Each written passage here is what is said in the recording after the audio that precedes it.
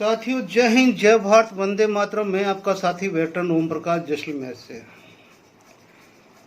आज के मंथन में हम बात करेंगे पूर्व सैनिक और पूर्व सैनिकों के बीच में भारतीय सेना के मुख्यालय आईएचक्यू की एजी ब्रांच वो इस मामले में दखल क्यों दे रही है, और दे रही है तो वर्बली क्यों दे रही है, और फिर आगे जाके गलती हो जाती है कि वो वर्बली है, आगे जाके वो ऑर्डर बन जाता है और फिर वो लीक हो जाता है। इसका मतलब कि जो हमारे को जहां तक नॉलेज है कि भारतीय सैन्य अधिकारियों ने मांग की थी भी हमें एनएफयू दो नॉन फंक्शनल, जो इनका जो भी ड्यूटी थी, ठीक है ना, तो वो एनएफयू मतलब नॉन फंक्शनल अपग्रेडेशन हमारे को दो, लेकिन ये सिविल में चल रहा है, उनको मिल रहा है, इनको नहीं मिल रहा था। लेकिन भारत सरकार ने अभी तक अप्रूवल नहीं किया था। ये 6th पे कमीशन में भी इन्होंने उठाया था। ए.के. एंटोनी साहब ने 24 सितंबर 2012 के अंदर उसको बिल्कुल ही एकदम स्पष्ट मना करके और 6th पे कमीशन एक्सेप्ट करवाया था। तो दोस्तों, इन्होंने जो पिछली गली से अब हमें समझ में आ रहा है कि जब ये टेबलें बनी तब नोटिफिकेशन जारी क्यों नहीं हुए, कॉन्फ्रेंस क्यों नहीं हुई, क्यों मतलब ये सारी चीज़ गोल मटोल की गई, अचानक ही की गई, चुपके से की गई और डीएसडब्ल्यू के द्वारा की गई। 4 सितंबर को ये होती है और 10 सितंबर को हमारा सर्कुलर जारी होता है 6 से 7, और जिसको साइन करते हैं बैक डेट से 6 तारीख से, 6 सितंबर से, हाँ 6 सितंबर से। अब मेरे पास प्रूफ नहीं है, प्रूफ उनकी आत्मा मेरी आत्मा है, और उस टाइम भी कोई कॉन्फ्रेंस नहीं होती है, जबकि पिछले 2 पे जो ओवरपी मिले थे दोनों का आप देख लीजिए और प्रेस कॉन्फ्रेंस भी देख लीजिए और सब कुछ देख लीजिए, सब प्रोसीजर देख लीजिए, लेकिन 3 में ऐसा कुछ नहीं हुआ। अब जब ये 10 साल का जब ये कर रहे थे तो इसी बीच है जो ये प्रधानमंत्री जी को क्रेडिट देने के लिए कि सरकार ने हमारे को बहुत कुछ दे दिया, क्योंकि जब एनएफयू पिछली गली से ले लिया जो सरकार ने मना किया था, अब यहाँ पर्सन उठते हैं 2, या तो एनएफयू के बारे में प्रधानमंत्री जी को पता नहीं है कि इन्होंने ले लिया, और अगर पता है तो फिर सरकार शामिल है, हम कुछ नहीं कर सकते। लेकिन जो ये चिट्ठी वायरल हुई है और जो चिट्ठी से के कंटेंट्स और जिस तरह से ये एक कहानी सामने आ रही है, ये कहानी कह रही है कि शायद प्रधानमंत्री जी को ये बात का पता नहीं है कि एनएफयू ले लिया गया है। और अगर ये बात प्रधानमंत्री जी तक पहुंचती है कि भारतीय सैन्य अधिकारियों ने अपना एनएफयू ले लिया है, तो हो सकता है पासा उल्टा पड़ जाए।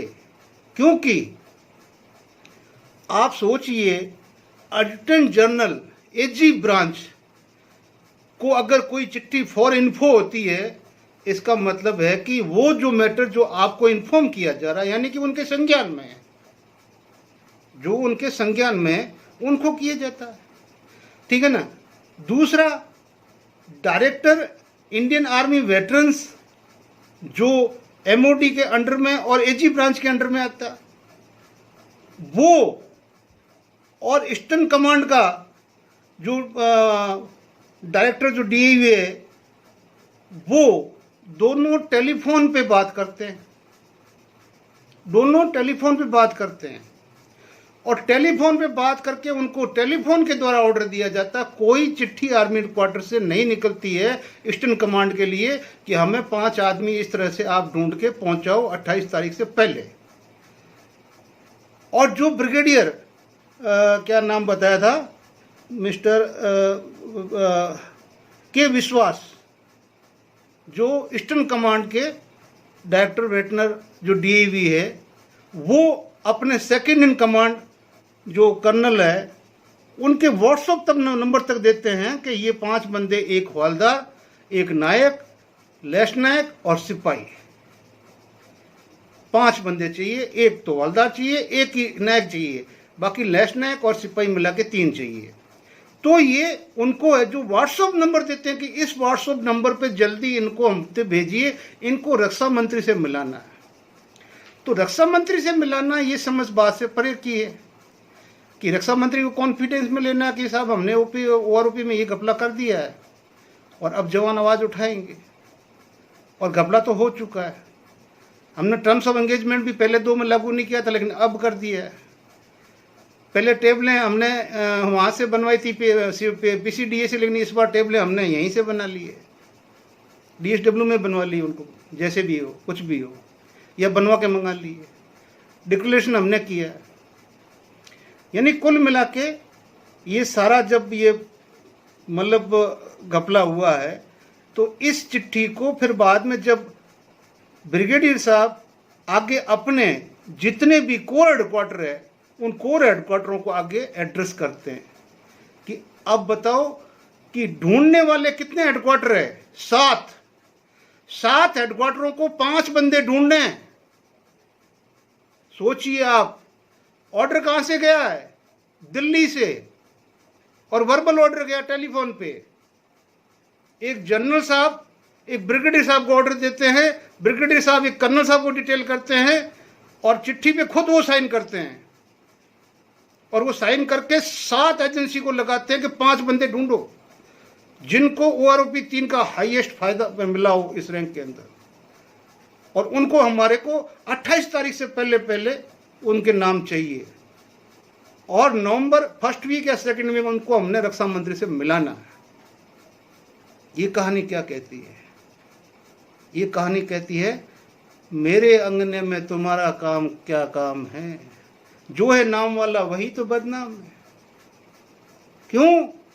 कि भेद खुल गया तो गए काम से, ले तो लिया, एरियर भी गया, सब कुछ हो गया, लेकिन आगे उसका नाम मोदी है।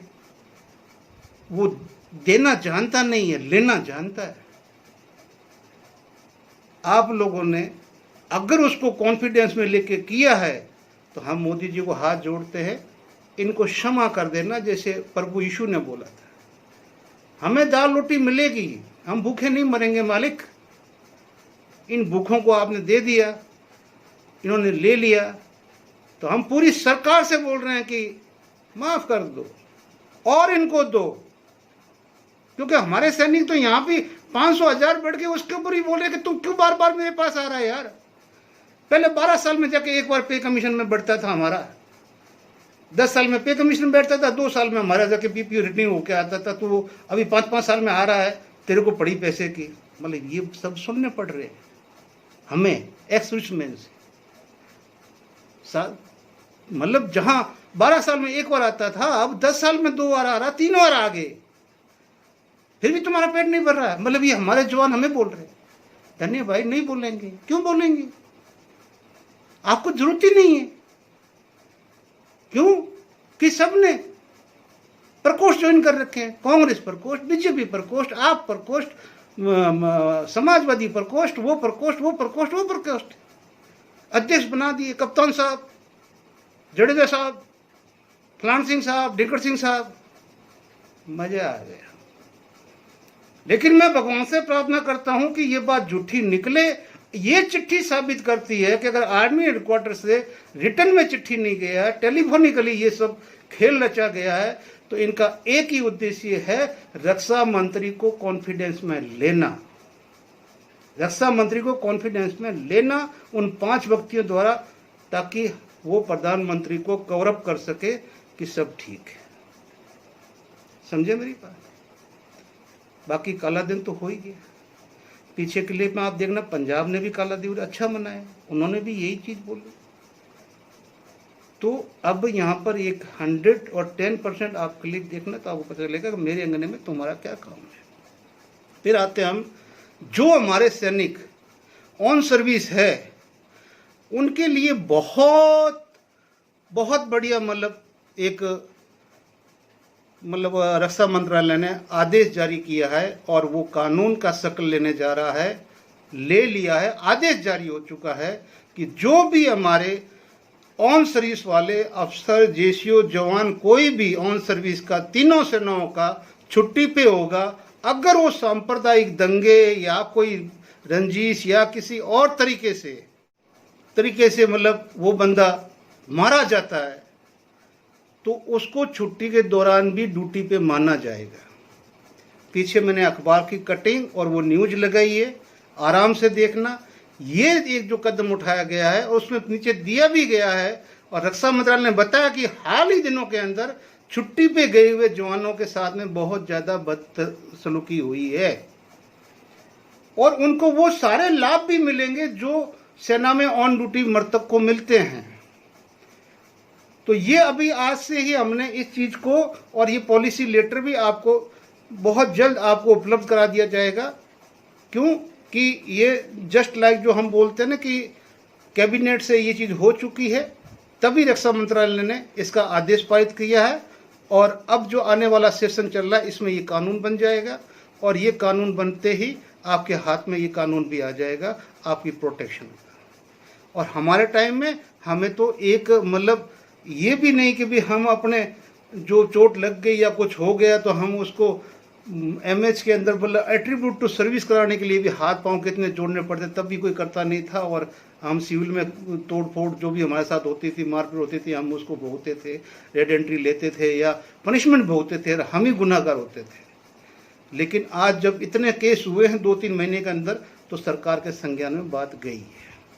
तो वो पीछे आप देखें और पीछे क्लिप वो भी देखें पंजाब के लोगों की जिन्होंने काला दिवस को बहुत ही अच्छी तरीके से मनाया है और क्लिप देखें उनके प्रधान की।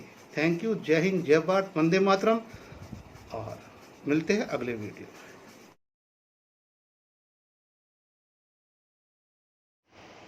साथियों जय हिंद। ये आपको देखना पड़ेगा आर्मी का टेलीफोन नंबर 2477, ईमेल है, ठीक है ना, आर्मी का ईमेल इसके अंदर दिया हुआ है और बाई क्या है एक्जिमा जो भी है ओनली। आर्मी वेटरन सेल कहाँ की है? हेडक्वार्टर ईस्टर्न कमांड, ठीक है ना। पिन कोड नंबर दिया हुआ है, केयर ऑफ 9 AP और 25 अक्टूबर इसकी डेट है। और ये जाता है headquarter 3 core, 4 core, 33 core, 17 core, 101 area veteran से सभी वेटरन सेल को जाता है, ठीक है ना। एंड बंगाल सब एरिया को भी जाता है और हेडक्वार्टर 618 इंडिपेंडेंट AD ब्रिगेड को भी जाता है, ए ब्रांच को। ये एक्टिव सेना का चिट्ठी है। इसका एक्टिव सेना में जो एक डिपार्टमेंट है वेटरन सेल, वो एक्टिव क्यों और कैसे होता है और उसमें क्या बोलते हैं कि requirement of ESM to interact with रक्षा मंत्री, यानी कि एक्स सर्विसमैन की रिक्वायरमेंट है जिसको रक्षा मंत्री से मिलाना है। अब यहाँ पर है कि there is an urgent requirement, ठीक है ना, ऑफ सेलेक्टेड, है ना, selection of 5 into ex serviceman, 1 into havildar, 1 into naik and 3 into lieutenant / सिपाही। समझ गए आप? Who have been meet beneficiary from OROP 3, जो OROP 3 से लाभान्वित हो चुके हैं। दे विल इंटरेक्ट विथ रक्षा मंत्री इन 1st और 2nd week of November 2024 Delhi cantt के अंदर इनकी मुलाकात कराई जाएगी। ट्रेवलिंग का खर्चा एंड रहने का वगैरह वो DIAV ये इसका खर्चा उठाएगा। अब आपको यहाँ मैं समझाता हूँ। DIA का मतलब क्या है? Director of Indian army veteran, समझ गए आप? Director of Indian army veteran, ये आर्मी हेडक्वार्टर की हमारी एक अलग ब्रांच है एक्स सर्विसमैन की, ESW के अलावा।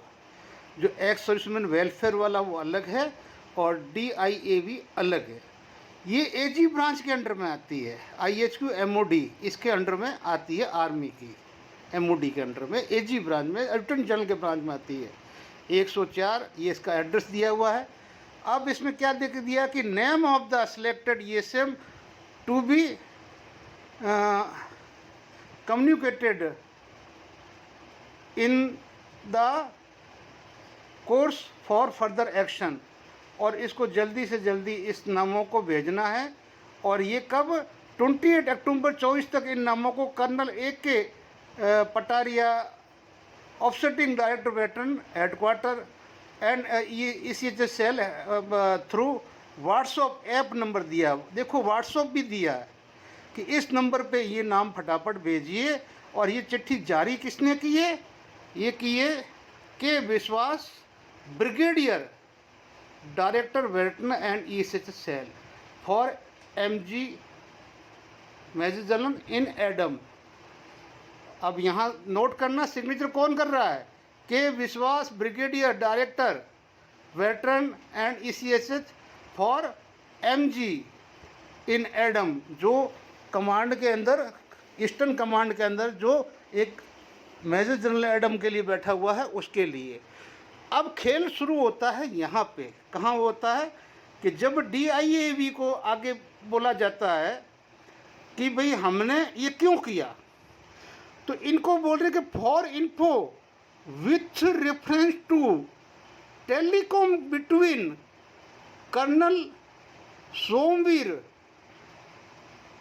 सोमवीर जो भी आगे लिखा हुआ है and director veteran and ESH on 25 October, यानी कि ये जो सिग्नेचर करने वाले ब्रिगेडियर साहब और कर्नल सोमवीर साहब के बीच में जो टेलीफोनिकली बात हुई है, ये कोई आर्मी हेडक्वार्टर से चिट्ठी DIV से नहीं गई है ईस्टर्न कमांड को।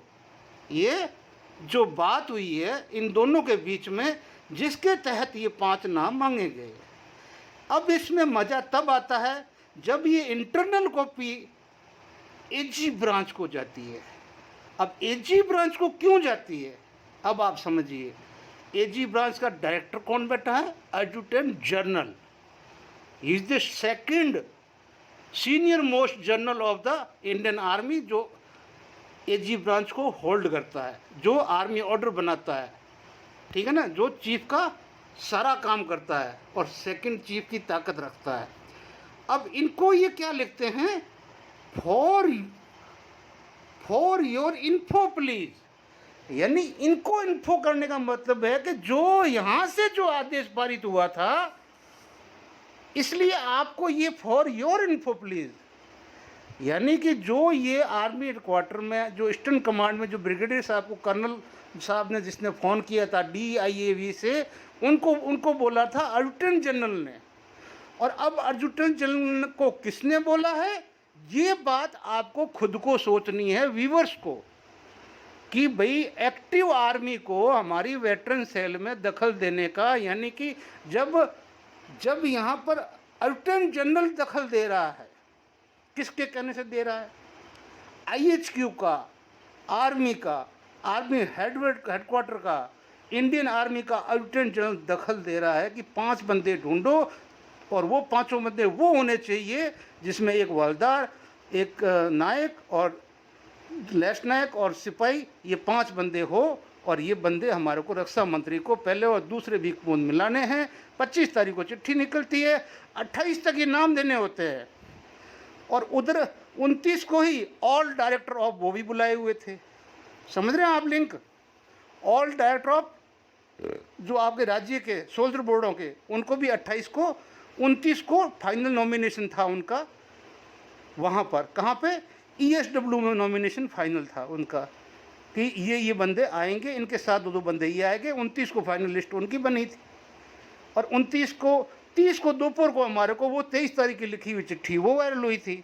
तो अब इस चिट्ठी को आप समझ जाइए कि कितना बड़ा गेम हुआ है, और इस गेम में ऑफिसर लॉबी अब फंसती हुई नज़र आ रही है।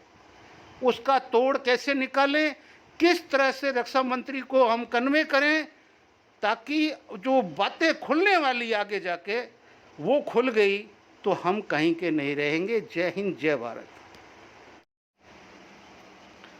साथियों, एक अच्छा कानून आया है छुट्टी में मौत पर भी ऑन ड्यूटी माने जाएंगे सैनिक। रक्षा मंत्रालय ने बहुत बड़ा, नई दिल्ली, मदन जेड़ा पत्रकार ने ये खबर छपाई है। अवकाश के दौरान, ठीक है ना, अवकाश के दौरान सैनिकों पर हमले को लेकर रक्षा मंत्रालय ने एक स्पष्टीकरण जारी किया कि यदि छुट्टी पर गए किसी सैनिक पर चरमपंथी असामाजिक तत्वों द्वारा हमला होता है और इसमें उसकी मृत्यु हो जाती तो ऐसे मामलों को ड्यूटी के दौरान हुई मृत्यु माना जाएगा। उसी अनुरूप मुआवजा प्रदान किया जाएगा। तीनों सेनाओं पर यह आदेश लागू कर दिया गया है। हाल ही में जारी आदेश में कहा गया कि इसमें अभी तक कई मुद्दों पर स्थिति स्पष्ट नहीं थी। यदि कोई सैनिक छुट्टी पर अपने घर आया हुआ है या कहीं और भी गया हुआ है, यानी कि टेम्परेरी ड्यूटी भी जा सकता है, इस दौरान चरमपंथी या असामाजिक तत्वों द्वारा उसे हमले में मार दिया जाता है तो उसे ड्यूटी पर तैनात माना जाएगा। उसके परिजन उसी प्रकार के मुआवजे के हकदार होंगे जो ड्यूटी के दौरान मृत्यु पर होने पर दिए जाते हैं। आदेश में कहा गया है कि छुट्टी से तात्पर्य उन सभी प्रकार की छुट्टियों से है जो सरकार की तरफ से सैन्य कर्मियों को प्रदान की जाती है। दरअसल पिछले कुछ समय के दौरान सैन्य कर्मियों पर बड़े हमले हो रहे हैं, खासकर जब वह अवकाश पर थे। तो आप सोच लीजिए, ये अफसर, जेसीओ, जवान सभी के लिए लागू होता है और सेना का, रक्षा मंत्रालय का, सभी का ये कदम और भारत सरकार का हम तहे दिल से शुक्रगुजार हैं कि इन्होंने आज हमारे सैनिकों को जो अवकाश पे आते हैं, कई बार उनको लोगों के द्वारा झूठे केसों में फंसा दिया जाता है, मर्डरों में फंसा दिया जाता है। हालांकि हमारे टाइम पे तो एट्रीब्यूटेड टू सर्विस करना मुश्किल हो जाता था, या कैजुअल लीव का जननी पीरियड छोड़ के बाकी हमारे को हमेशा ही अगर घर में कुछ हो गया तो कोई लाभ नहीं मिलता था।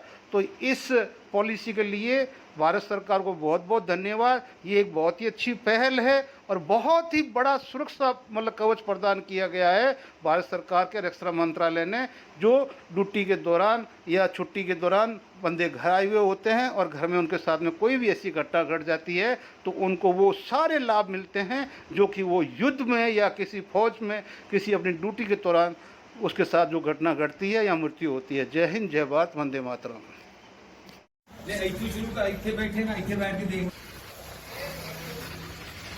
आज एनजीओ साबका सैनिक United welfare society Barnala Punjab की तरफ से हम केंद्र सरकार और पंजाब सरकार के अगेंस्ट एक वीडियो बना रहे हैं, जिसमें जो केंद्र सरकार है, केंद्र सरकार जो मोदी सरकार बोलती कि 10 साल के अंदर हमने साबका फौजियों को इतना दिया, लेकिन मुझे आज दुख के साथ कहना पड़ रहा है कि 10 साल के अंदर मोदी सरकार ने जवान से लेकर औंदरी कैप्टन तक कोई भी पैसा नहीं इतना दिया, और जितना भी दिया जो 3% है अफसर लॉबी उनको दिया। हमारे को जो 97% जो पूरे भारत के अंदर है उनको इतना पैसा नहीं दिया। तकरीबन हमारे कुछ साबका फौजी जो छोटे रैंक वाले उनको तकरीबन 10% का फायदा हुआ है। लेकिन मुझे बहुत दुख के साथ कहना पड़ रहा है कि खास करके पंजाब के अंदर 3,27,212 साबका फौजी है और 76,545 वीर नारी हैं जिनको इसका कोई फायदा नहीं मिला। अभी एक नया कानून निकाल दिया केंद्र सरकार ने, NFU। जो NFU है उसके अंदर अफसर जो मान लो कि अफसर 25 एक काडर में थे और 25 में से जेकर 3 भी जनरल बन गए हैं या 4 जनरल बन गया, और दूसरे जो अफसर है वो जेकर ऑनरी कैप्टन की पेंशन आ गया या लेफ्टिनेंट कर्नल की पेंशन आ गया, उनको भी जो मेजर जनरल या लेफ्टिनेंट जनरल बनया उसके बराबर पेंशन मिलेगी। और जवान और LCO उनके लिए एक कुछ भी नहीं दिया। और उसके बाद में जो जवान को दिया, जैसे हमारा औंदरी नायक सूबेदार है, एक औंदरी नायक सूबेदार को पेंशन भी पूरी नहीं मिलती। जो डिसेबिलिटी पेंशन आया उसको भी पूरी मिलती। जो वीर नारियां उनकी पेंशन नहीं पूरी मिली। इसके लिए हम पूरे का पूरा जो केंद्र सरकार आज 7 तारीख को जो उधर दस रहा है पूरे का पूरे अपने मोदी सरकार, और उधर जो जा रहे हैं वो केंद्र जो सोल्जर कोड के कुछ जवानों को साथ लेके जा रहे हैं। मैं उधर सारे जवानों की बेनती करता पूरे इंडिया के अंदर कि किसी को उधर जाने की जरूरत नहीं है, आप लोगों को कुछ नहीं मिला। यही नहीं, पंजाब के अंदर भी जो आम आदमी पार्टी की सरकार है, उसने जिस दिन की सरकार बनी है उस दिन से ही हमारे साहबका फौजी जो जीओजी में नौकरी कर रहे थे उनको भी निकाल दिया। और पंजाब गवर्नमेंट और केंद्र सरकार, मोदी की सरकार जो है, दोनों मिलके साहबका फौजियों के साथ बहुत अन्याय कर रहे हैं। इसी वजह से हम आज काला दिवस मनाएंगे। और कोई भी साहबका फौजी जो है वो ना तो जंतर मंतर जहाँ मोदी सरकार इकट्ठे कर रहे उधर जाएगा, और ना ही पंजाब की जो गवर्नमेंट है उसके साथ मिलके चलेगा, क्योंकि पंजाब गवर्नमेंट ने भी साहबका फौजियों के साथ अन्याय नहीं किया। बिल्कुल झूठा प्रचार कर रही है पंजाब की सरकार। मैं यही कहता हुआ इधर ही समाप्त करता हूँ, क्योंकि आज का जो काला दिवस हम मना रहे हैं, एनजीओ साहबका सर्विस यूनाइटेड वेलफेयर सेंटर की तरफ से मना रहे हैं।